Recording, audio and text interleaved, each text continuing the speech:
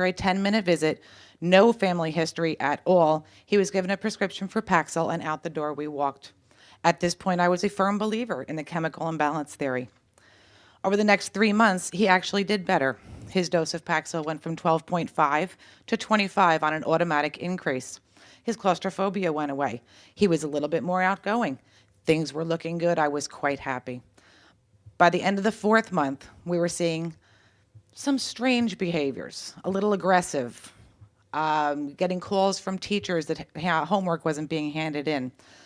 This was a straight A student prior to Paxil. Called his psychiatrist, explained what I was seeing, and his answer was, he's a large boy, we'll increase the dose. He went to 37.5.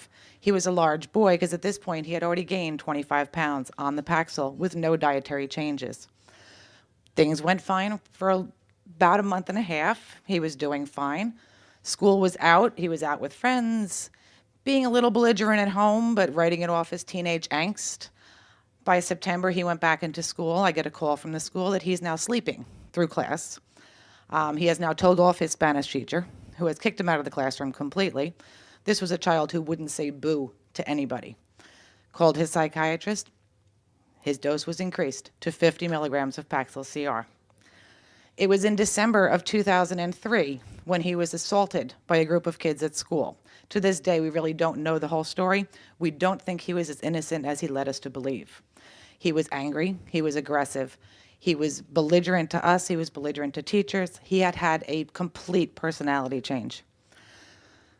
After the assault, that kind of slowed him down for a little bit. Found out later the reason he was slowed down was because he was doing his own research. Upstairs in my house on his computer, I found all the ingredients for bomb making and web searches for the anarchist workbook. He was going to blow up his school in retaliation for this fight. It was at this point that obviously I am now petrified. I call his psychiatrist, who tells me there's nothing I can do. He's a danger to himself and others. I hit the internet and Googled for my medical advice, even with my 24 years of nursing experience, that at that time, that's when I found Paxil Progress. Paxil Progress is a web-based support group for antidepressant withdrawal, for people going through it.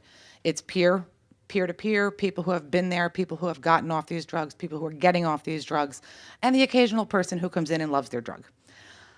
It was this group of people, strangers to me, that started explaining to me what I was seeing in my son was classic Paxil. Classic Paxil side effects. I talked to other parents of teens, parents of children as young as 8 who were on Paxil at the time. Now I recognized that he needed to come off this. Called his psychiatrist, asked for a weaning schedule, gave me a weaning schedule and told me to go from 50 milligrams of Paxil CR to 37.5. Also had contacted a psychologist, and I have nothing but love for this man. I called him out of the phone book, had no idea what I was dealing with at this point, had no idea what was to come in the very near future. This lovely man called me back. Turns out he was a specialist in post-traumatic stress disorder, which actually kind of fit the bill quite nicely, as we ultimately discovered later on. I weaned Ryan from 50 to 37.5 on his psychiatrist's advice.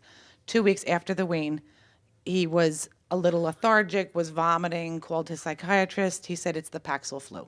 Don't worry about it, he'll be fine. The next morning, Ryan woke up and we had a 5-hour psychotic rage.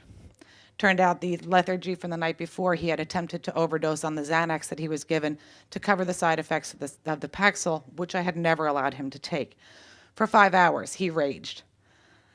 Brought out, last count, during the rage, brought out 16 different knives that he had hidden in his room. He was quoting Shakespeare. He was born to die. I didn't know what was going on. I had never been prepared for this. I was not prepared for any possibility of withdrawal other than the Paxil flu symptoms. For 5 hours, I listened. And I listened to him talk about how this drug was killing him, that he had tried to tell us that we weren't listening, that he was death obsessed for the last 14 months that he was on the drug. Got out of my sight for about 10 seconds. In that time period, slashed his wrists. Came back into the room bleeding. I was forced to call the police, which was something I did not want to do. but I was home alone. This child was now 287 pounds, having gained a total of 87 pounds on Paxil. There was no way I could control him. Called the police, who knew Ryan, knew him well because we live in a small town. Everybody knew him. Ended up being admitted to a psychiatric unit. 24 hours back in the psychiatric unit, back on Paxil 25 milligrams, and he was absolutely fine. Turned out that what I thought was a wean from 50 to 37.5, he had so had it with the side effects of the Paxil, he had stopped taking it. So he was in cold turkey withdrawal after 10 days off of Paxil. 25 milligrams completely stopped the cold turkey withdrawal. At this point, the light finally went on. They had called me. They had diagnosed him now with bipolar. And I said, no, we're done now. And I'll be taking him out. And they pulled the sign for the 72-hour hold. And at this point, I had gotten a little smarter. And I said, you can release him now, or I can call Ed Silverman, who's the pharmaceutical reporter for the Newark Star-Ledger in New Jersey, which was one of the biggest newspapers, and we can discuss this on the front steps of the hospital. He was released to me in about 30 seconds. His psychiatrist refused to take him back as a patient, not that we were going back anyway, because of the suicide attempts. His psychologist stood by my side as we walked him now through Paxil withdrawal. Until you have witnessed it, you cannot even imagine what it's like to get off these drugs. This child went through the next year from anywhere from complete insomnia. He would be awake for 72 hours. He would sleep for 36. He would be awake for 8. It was just bizarre for the next year. He went from being this aggressive child out with friends on Paxil to complete agoraphobic. Could not leave the house at all. The only time he left was with me at his side, going to see his psychologist. This ebbed and waned as we weaned down lower and lower and lower until he was completely off. It took about 9 months post-weaning before he started to even feel like himself again. This is not an uncommon thing in antidepressant weaning. Paxil Progress, the website that brought this information to me, is now my website. I took it over about 2.5 years ago when the original creator of it decided it was time for him to move on with his life after his Paxil withdrawal experience. So I now run it. The site has exploded since the recent information has come out over the last 3 years.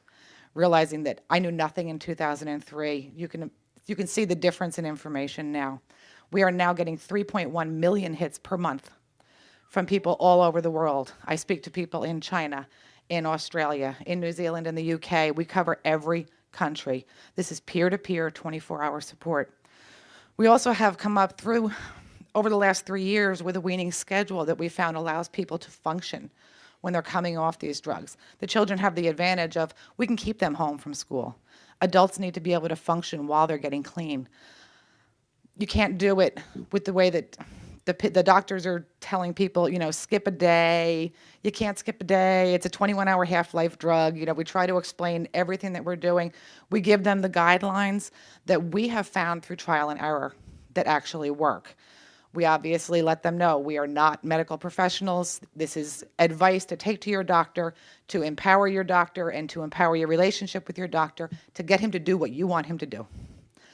Liquid Paxil has become our greatest friend. What we're telling people now, what we're advising people now is coming off of Paxil a little bit easier because you do have the liquid. It's gotten down to the amounts have to be so minuscule or people crash.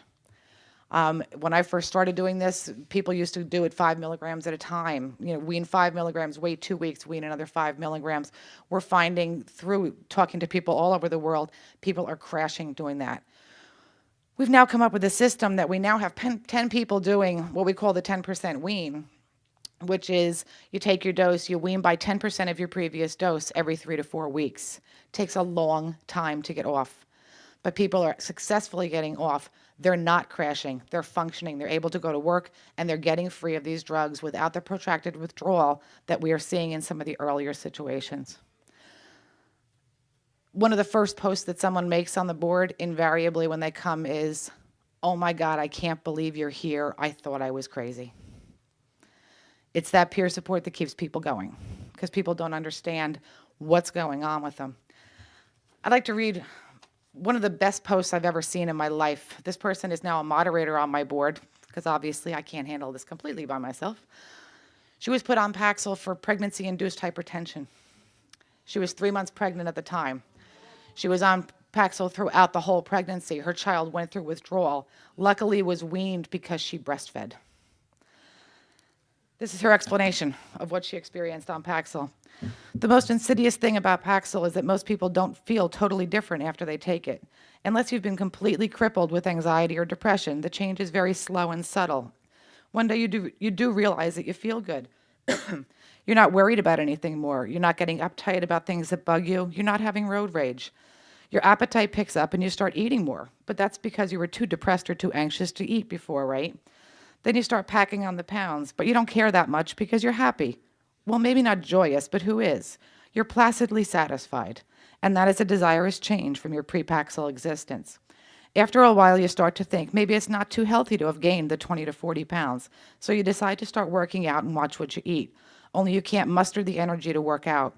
In fact, you can barely muster the energy to do what you need to do to get through the day.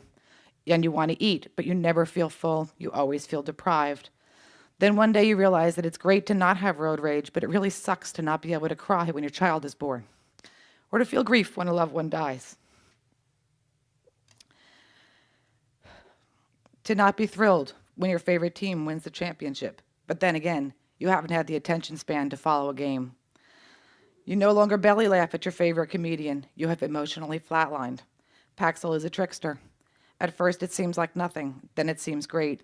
The negatives come on so slowly that you might not even see them until someone else points them out to you. I didn't. Kim is now successfully off Paxil, works with me on the board. Her daughter is now 3 years old, Paxil-free, with hopefully no residuals. My son is now 19. He is also Paxil-free. Anxiety, depression are no longer part of his life. What is part of his life is an intermittent adrenal insufficiency and an intermittent pseudo-Parkinsonism that pops up. Pops up, goes away, pops up. No one has an explanation for it. The only thing that we can come up with is the 14 months of Paxil use. So he survived. He's a tough kid. He will survive, but now he deals with the ramifications of possibly lifetime physical problems due to the Paxil. But it doesn't get him down. He knows I'm here. He encourages me to go, so that's where we go. When you all go to Congress on Monday, I can't be here. I do have to go to work. Give them my regards because I have spoken to all of them already. Thank you.